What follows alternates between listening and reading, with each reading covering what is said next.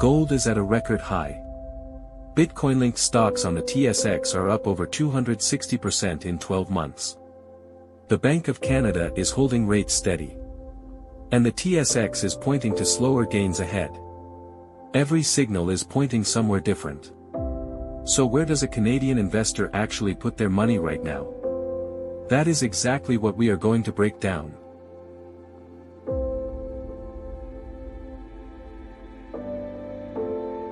Gold hit fresh record highs in 2024 and held them through 2025.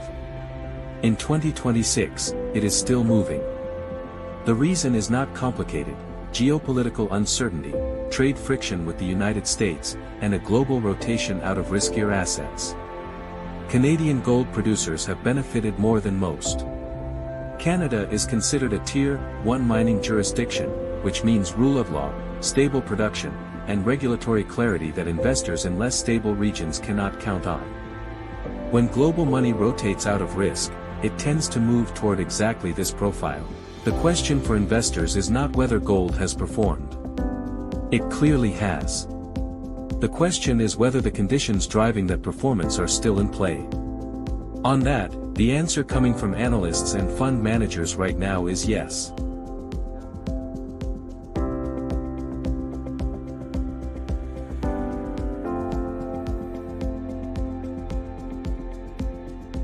Canada's crypto story in 2026 is not Bitcoin itself.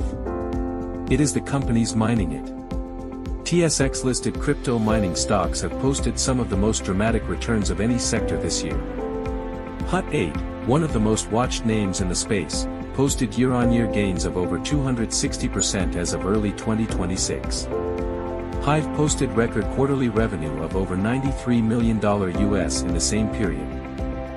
What is making this interesting beyond the numbers is Canada's regulatory position.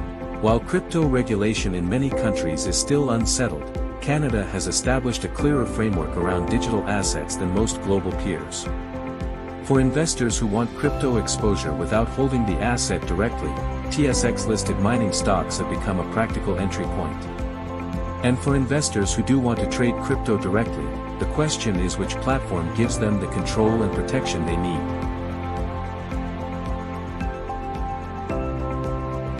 The Bank of Canada is holding its policy rate at approximately 2.25%. That is the rate that sits under everything else in the Canadian financial system. When it holds steady, it sends a specific message to investors: conditions are stable, but growth is not accelerating.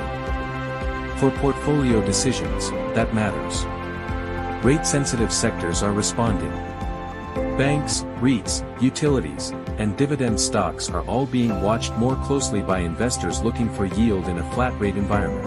The TSX Composite is forecast to deliver gains of 5 to 10% in 2026, which is solid but more measured than the 2 consecutive years of double-digit gains that preceded it. For investors who picked their positions well, that is still a meaningful return. For those who have not yet moved, the window for positioning is now.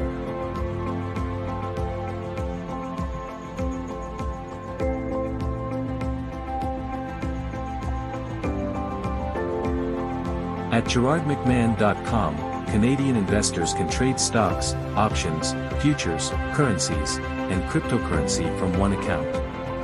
Over 90 order types. Real-time data. And an AI interface that lets you ask questions and get real scenario analysis back. Ask the platform, what would a 10% drop in oil do to a balanced energy and gold portfolio? It answers. That kind of on-demand analysis used to belong to investors with private wealth managers. Now it runs in 30 seconds. For investors who are thinking further ahead, IRA retirement accounts are also available. And for those who want to know their capital is protected, SIPC coverage goes up to $500,000, with additional excess coverage through Lloyd's of London of $30 million per account.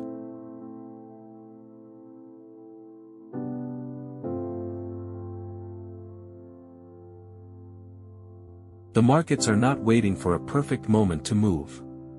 Gold is already at records. Crypto stocks have already run. The rate environment is already priced in. The investors who positioned early are already seeing the results.